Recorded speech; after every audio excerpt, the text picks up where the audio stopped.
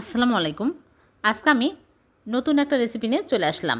আমি আজকে নতুন স্বাদের নতুন রকমের মিষ্টি বানিয়ে দেখাবো। এই মিষ্টি যে একবার খাবে সে বারবার খেতে চাইবে, এতটাই লোভনীয়, এতটাই মজার হয়। আশা করছি আপনাদের খুবই ভালো লাগবে। ভালো লাগলে লাইক কমেন্ট শেয়ার করে দেবেন। তাহলে চলুন দেখে নিই। প্রথমে চুলায় প্যান বসে দিয়েছি, প্যানটা গরম হয়ে গেছে। এখন দিয়ে দিচ্ছি চাল। এখানে আমি পোলাওয়ের চাল নিয়েছি, যে কোনো চালে নিতে পারবেন, তবে পোলাওয়ের চাল দিলে বেশি ভালো হয় খেতে। এখন আমি নেড়েচেড়ে হালকা আঁচে ভেজে নেব 5-6 মিনিট। খেয়াল রাখতে হবে পুড়ে যেন লাল হয়ে না যায়। তারপরে দিয়ে দিচ্ছি ঘি 1 চামচ। ঘি দিয়ে আমি ভালো করে নেড়েচেড়ে ভেজে নেব। ঘিয়ের মধ্যে ভেজে নিলে মিষ্টির ফ্লেভারটা বেশি ভালো হয়, কাঁচা ভাব থাকে না। এখন আমি ভাজা হয়ে গেলে চুলা থেকে নামিয়ে নিচ্ছি। চুলা থেকে নামিয়ে আমি ঠান্ডা করে নিব, নেড়েচেড়ে ঠান্ডা করে নিব। তারপরে আমি ব্লেন্ডারে ব্লেন্ড করে নিব। আপনারা চাইলে পাটায়ও গুঁড়া করে নিতে পারেন। ব্লেন্ডারে একদম মিহি করে গুঁড়া করে নিতে হবে।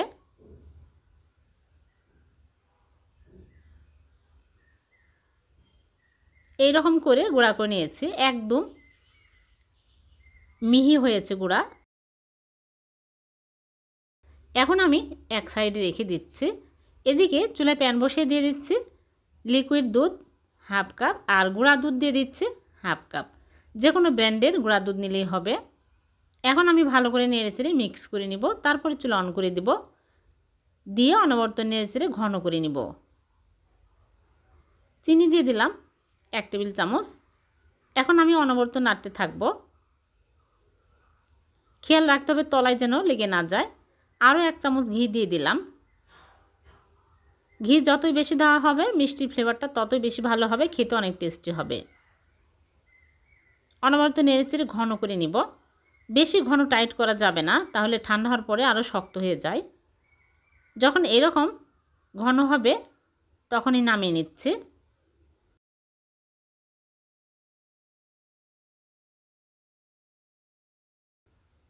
এখন আমি চুলা থেকে নামিয়ে ঠান্ডা করে নিব। ঠান্ডা হয়ে গেলে এরকম করে অল্প অল্প করে নিয়ে ছোট ছোট করে আমি বল বানিয়ে নিচ্ছি। সবগুলো এরকম করে বানিয়ে নিব, তাহলে ভিতরে পুর দিতে সুবিধা হবে। আর হাতে ঘি লাগিয়ে নিতে হবে, তাহলে বল বানাতে সুবিধা হবে। সবগুলো বানানো হয়ে গেছে। এখন আমি এক সাইডে রেখে দিচ্ছি। এদিকে চুলায় প্যান বসিয়ে দিয়ে দিচ্ছি লিকুইড দুধ 1.5 কাপ। এখন আমি নেড়েচেড়ে জাল করে বলক তুলে নিব। তারপরে স্বাদমতো লবণ দিয়ে দিলাম। আর এখানে মাওয়া নিয়েছি, 1/2 কাপ মাওয়া দিয়ে দিলাম। মাওয়ার পরিবর্তে গুঁড়া দুধও দিতে পারবেন।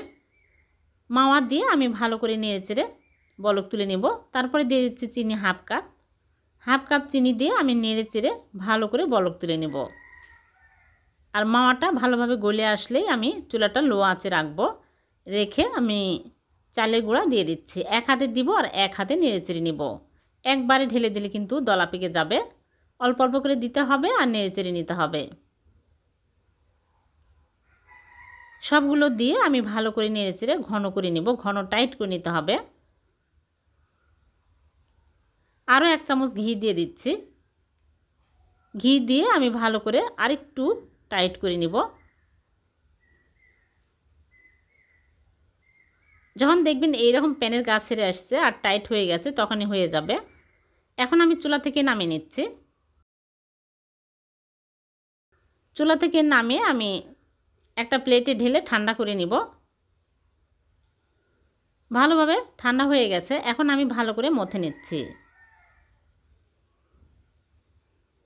একদম মসৃণ একটা ডো তৈরি করে নিতে হবে। তারপরে হাতে ঘি লাগিয়ে এইরকম করে অল্প অল্প করে নিয়ে আমি একটু চ্যাপটা করে তারপরে ভিতরে পুর একটা করে বলগুলো দিয়ে মুখটা ভালো করে আটকিয়ে তারপরে গোল করে নিব। হয়ে গেল একটা। এইরকম করে সবগুলো আমি বানিয়ে নেব। খুবই মজার এই মিষ্টিগুলো। এভাবে গুঁড়া দুধ আর চাল ভেজে এই মিষ্টি বানাবেন, দেখবেন খেতে কিন্তু দারুণ মজার হয়। মনেই হবে না যে চালের গুঁড়া দিয়ে মিষ্টি বানানো। খুবই টেস্টি হবে।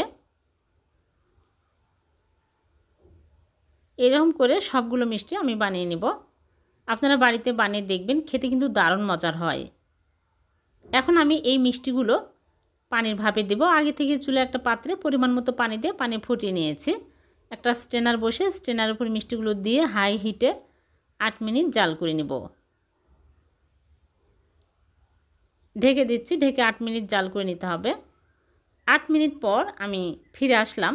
মিষ্টিগুলো ভালোভাবে হয়েছে আর ফুলেও গেছে, ফুলে বড় বড় হয়ে গেছে। এখন আমি ঠান্ডা হয়ে গেলে প্লেটে তুলে নিচ্ছি, নিয়ে আমি ফ্রিজে রেখে দিব ঠান্ডা হওয়া পর্যন্ত। ভালোভাবে ঠান্ডা হলে কেটে আপনাদেরকে দেখাবো। ফিরে আসলাম ঠান্ডা হওয়ার পর, নর্মাল ফ্রিজ থেকে বের করে নিয়ে আসলাম। এখন আমি মাঝখান দিয়ে নাইফ দিয়ে এইরকম করে কেটে নিচ্ছি। দেখুন কতটা লোভনীয় হয়েছে। ঠান্ডা হওয়ার পরে কিন্তু সেট হয়ে গেছে আর দেখতে অনেক মজার হয়েছে। চালের গুঁড়া দিয়ে যে এত মজার একটা মিষ্টি তৈরি করা যায়, এই ভিডিও না দেখলে কেউ বুঝতেই পারবেন না। উপর দিয়ে আমি বাদাম কুচি দিয়ে সাজিয়ে নিয়েছি। দেখতে যেমনই লোভনীয় হয়েছে, খেতে কিন্তু তেমনই মজাদার। একটা ভেঙে দেখাচ্ছি কতটা মজার হয়েছে। আপনার বাড়িতে অবশ্যই একবার হলেও ট্রাই করবেন। একবার যদি বানান বারবার বানিয়ে খেতে ইচ্ছে করবে। ভিডিওটি যদি ভালো লেগে থাকে লাইক কমেন্ট শেয়ার করতে ভুলবেন না। আবারও দেখা হবে নতুন কোনো রেসিপিতে। আল্লাহ হাফেজ।